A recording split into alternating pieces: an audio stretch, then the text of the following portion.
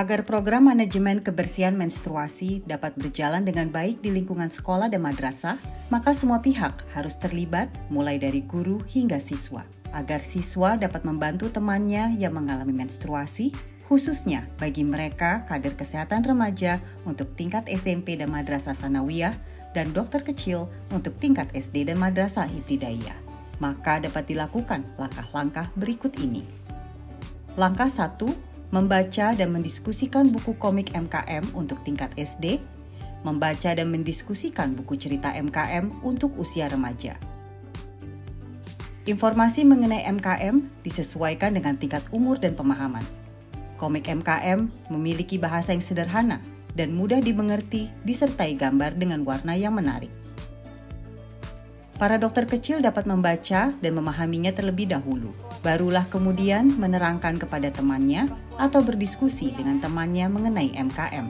Sedangkan buku cerita MKM memiliki alur cerita dan informasi yang lebih banyak. Buku ini disesuaikan dengan tingkat perkembangan intelektual dan emosional siswa usia remaja, namun tetap ditampilkan dengan cerita dan visual yang menarik. Jalan cerita dalam buku tersebut memberikan kader kesehatan pemahaman yang mendalam tentang MKM dan meningkatkan pengetahuan mereka tentang kesehatan dan kebersihan. Kader kesehatan juga dapat mendukung teman-temannya dengan menyosialisasikan buku cerita MKM tersebut kepada teman-temannya. Langkah kedua, menjelaskan berbagai contoh pembalut. Para kader kesehatan dan dokcil dapat menjelaskan dan menunjukkan berbagai macam pembalut, yaitu pembalut sekali pakai dan pembalut kain yang dapat dipakai ulang. Serta menjelaskan cara membungkus pembalut yang sudah dipakai dan bagaimana cara membuangnya. Langkah ketiga, menggunakan apron kesehatan reproduksi. Apron ini menampilkan visual organ reproduksi wanita, sehingga siswa dengan mudah dapat menunjukkan dan menjelaskan apa yang terjadi pada saat menstruasi, serta menunjukkan proses yang sangat sehat mengenai kesehatan biologis perempuan.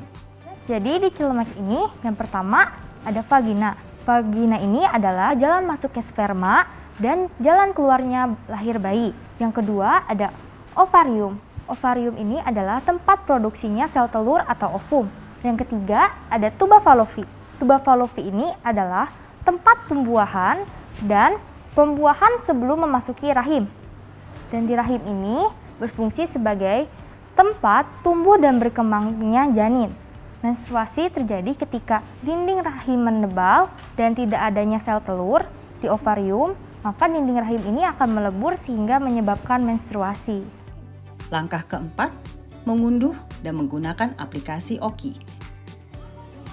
Aplikasi OKI adalah aplikasi yang dapat membantu remaja putri untuk memantau siklus menstruasi, serta berisikan informasi kebersihan dan kesehatan menstruasi. Para kader kesehatan remaja dapat menyosialisasikan dan menunjukkan cara penggunaannya kepada teman-temannya. Jadi, untuk menjamin program MKM berjalan dengan baik di sekolah, ingat keempat langkah ini. 1.